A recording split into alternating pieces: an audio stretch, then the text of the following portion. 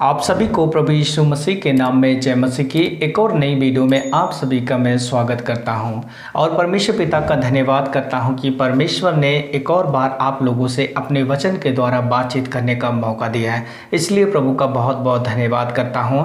और मेरे भाई और बहन, मैं आशा करता हूं कि आप सब लोग ठीक ठाक होंगे और इन वीडियो के द्वारा प्रभु में बढ़ने और प्रभु के वचन आप लोग सीख रहे होंगे। परमेश्वर आप सभी को बहुतायत से आशीष दे। और जैसा कि हम लोग जानते हैं, आज रविवार का दिन है और हम सब मसीह लोगों के लिए ईस्टर अर्थात एक त्यौहार का दिन है, प्रभु के जी उठने का दिन है। और बहुत से चर्च लोग में बहुत से मसीह लोग अलग अलग रीति से इस प्रोग्राम को और इस ईस्टर को मनाते हैं, अर्थात ईस्टर संडे को मनाते हैं। और आप लोगों ने बहुत से प्रभु के दास और दासियों के द्वारा वचनों को सुना होगा यूट्यूब से और अपनी चर्चों में, या फिर बाइबल से परमेश्वर ने आपको बहुत कुछ सिखाया होगा। लेकिन आज फिर भी बहुत कुछ जानने के बावजूद भी हम लोग उस परमेश्वर के वचन की ओर ध्यान करेंगे और हम यहाँ पढ़ने की कोशिश करेंगे।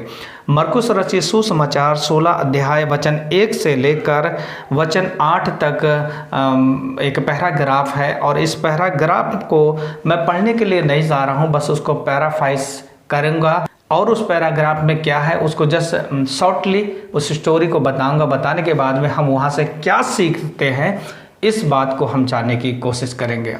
हम यहाँ पर देखते हैं इस छोटे से पैराग्राफ में 3 स्त्रियों का जिक्र है और ये तीनों स्त्रियाँ प्रभु यीशु मसीह की कब्र में इत्र लेकर जाने का प्लान करते हैं और वो सब कुछ तैयारियां कर लेते हैं।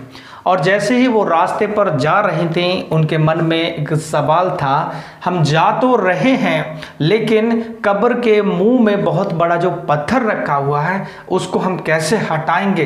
ये उनके लिए चुनौती थी और सब कुछ जानने के बावजूद भी ये स्त्रियां आगे ही बढ़ती क्या कर रही चली जा रही हैं। और जैसे ही वो कब्र तक पहुंची और अपने आंखें उठा कर देखी तो चमत्कार वो क्या देखते हैं कि कब्र के मुंह में जो बड़ा सा पत्थर रखा हुआ था वो बिल्कुल हटा हुआ है। और जैसे ही ये स्त्रियां कब्र के अंदर गईं, वहां पर परमेश्वर का स्वर्गदूत उन्हें दिखाई देता है और वो स्वर्गदूत मरियम मगदनी उसके साथ उन 2 स्त्रियों से इस प्रकार बातें करता है। आइए हम उस आयत को पढ़ लेते हैं। मरकुस रचित सुसमाचार 16 अध्याय और वचन 6 में लिखा है, उसने उनसे कहा, चकित मत हो, तुम यीशु नासरी को जो क्रूस पर चढ़ाया गया था ढूंढती हो, वह जी उठा है, यहाँ नहीं है। देखो, यही वह स्थान है जहाँ उन्होंने उसे रखा था। और वो श्वेत वस्त्र पहने हुए प्रभु का स्वर्गदूत उन स्त्रियों से क्लियर और साफ रीति से कहता है कि जिस यीशु को क्रूस पर चढ़ाया गया था आप उसे ढूंढ रही हैं, वो यहाँ पर नहीं है बल्कि मुर्दों में से जी उठा है। ये देखिए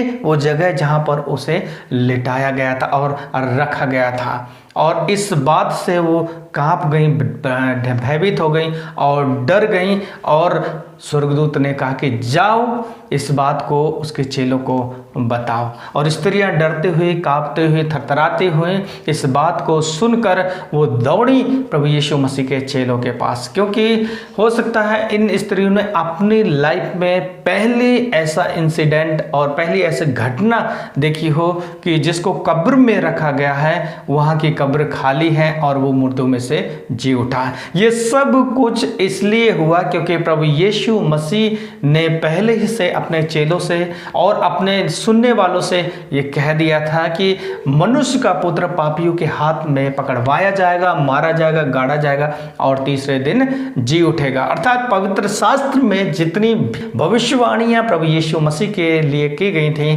प्रभु यीशु मसीह पर एक एक भविष्यवाणियां वो पूरी होती हैं। और प्रभु यीशु मसीह के चेलों के पास ये स्त्रियां जाती हैं और बताती हैं कि प्रभु यीशु मसीह की सब तो वहाँ नहीं है, वो मुर्दों में से जी उठा है। लेकिन बहुत से चेले लोगों ने उन पर विश्वास करना ना चाहा और उनकी बातों पर विश्वास ना किया। तो ये तो एक छोटी सी कहानी थी, वहाँ पर छोटी सी एक घटनाओं का जिक्र है। लेकिन हम लोग क्या सीखते हैं मेरे भाई और बहन, प्रभु यीशु मसीह की लाइफ के बारे में अगर हम ध्यान से पढ़ें और जानें और सीखें।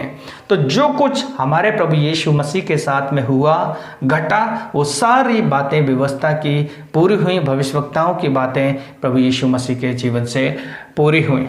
और यहाँ पर माहौल बहुत ख़राब हुआ है, क्योंकि यीशु मसीह एक दिन पहले क्रूस पर चढ़ाया गया था। चढ़ाने के बाद में और उसे कब्र में रखा गया था।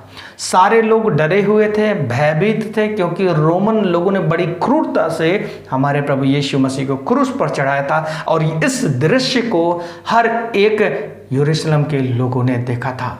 और उसके बाद में प्रभु यीशु मसीह को उतार कर कब्र में रखा गया। लेकिन ईस्टर के संदेश का मतलब क्या है? एक होप, एक आशा। जहां इन्हें डर था, जहां इन्हें उम्मीदें खत्म हो चुकी थी, क्योंकि प्रभु यीशु मसीह 30 साल के बाद जो सेवकाई शुरू की, अपने चेलों को चुना और चेलों के साथ बहुत से अद्भुत काम हुए, उनके सामने बहुत से अद्भुत काम हुए।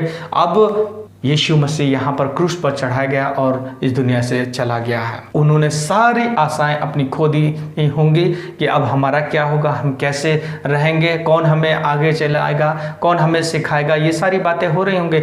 ये बहुत ही ज़्यादा निराश थे, क्योंकि यीशु मसीह उनसे बहुत प्यार करता था। उनमें बहुत सारी कमियां थीं, बहुत सारी गलतियां थीं, लेकिन प्रभु यीशु मसीह ने कई बार उन्हें डांटा और प्यार से गले भी लगाया। ये सारी बातें थी। और ये समय में ये क्या है? निराश है। क्यों? क्योंकि प्रभु यीशु मसीह को क्रूस पर चढ़ाया गया है और उसको कब्र में रखा गया। इन्हें पता ही नहीं था कि उनका प्रभु यीशु मसीह मुर्दों में से जी उठा है। और स्त्रियां बड़ी दिलेरी से उनको इस बात को बताती हैं। अर्थात ईस्टर का संदेश हम सभी मसीह भाई और बहनों के लिए एक आशा का संदेश है। इन स्त्रियों के जीवन से हम क्या सीखते हैं? भले डर का माहौल था, सिचुएशन विपरीत थी, लेकिन तो भी ये प्रभु की कब्र की ओर बढ़ती चली जा रही थी। क्यों?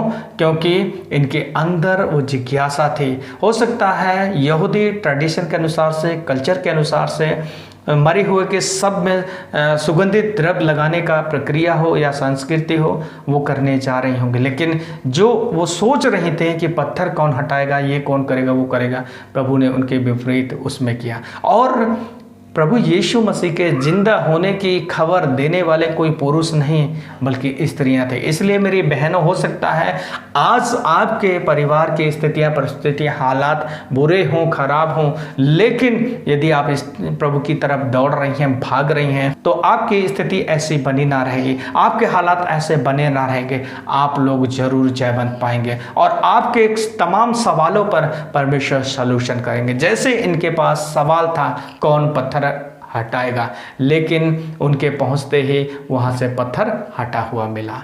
परमेश्वर उन स्त्रियों के द्वारा, उसके वचन के द्वारा हमें सीखते हैं कि स्त्रियों को जैसे हमें दिलेरी रखने की जरूरत है, बढ़ते जाने की जरूरत है। और इन चेलों की लाइफ से हम क्या सीखते हैं? इन चेलों की लाइफ से ये सीखते हैं, उस समय में उनका गुरु, उनका परमेश्वर वहाँ पृथ्वी से जा चुका है। ये निराश है, हताश, अर्थात इन्होंने पूरी आशा खो दी है। अब इनके मन में कई सारे सवाल होंगे, क्या कैसे करेंगे और क्या होगा। बहुत सारे तो रो भी रहते, लेकिन प्रभु यीशु मसीह कमरे में उन्हें दर्शन देता है। मेरे भाई, मैं यही कहना चाहूँगा, आपकी भी अगर परिस्थितियाँ नाउम्मीदी जैसी लग रही हैं, आपको लगता है कि मेरी आशा टूट चुकी है, आपको लगता है कि मेरे हालात इतने ज़्यादा खराब हैं कि मेरा निकल पाना बड़ा मुश्किल है, लेकिन आज भी यीशु मसीह जो कहता है, मैं युगान युग जीवित परमेश्वर हूँ, मैं मर गया था अब जीवित हूँ, और वो हमेशा हमारे साथ रहने वाला परमेश्वर है। वो आपके सोच को, आपकी परिस्थिति को, आपकी हालातों को